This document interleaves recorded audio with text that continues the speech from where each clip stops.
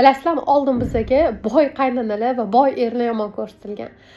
Agar qaynona boy bo'lsa, kelinini olib kelgan sarpasdan ayb topadi, yerga uradi, kamsitadi. Erkak kishi boy bo'lsa, klublardan beri kelmaydi, ayoliga xiyonat qiladi, ko'chada har xil qizlarni topib oladi va hokazo, ayolni uradi, e'tibor bermaydi, ayolni uyda xizmatchi qilib qo'yadi deyilgan. Lekin balki shunaqa bo'lgandir, lekin hozirgi zamonda bu narsa umuman teskari ishlayapti.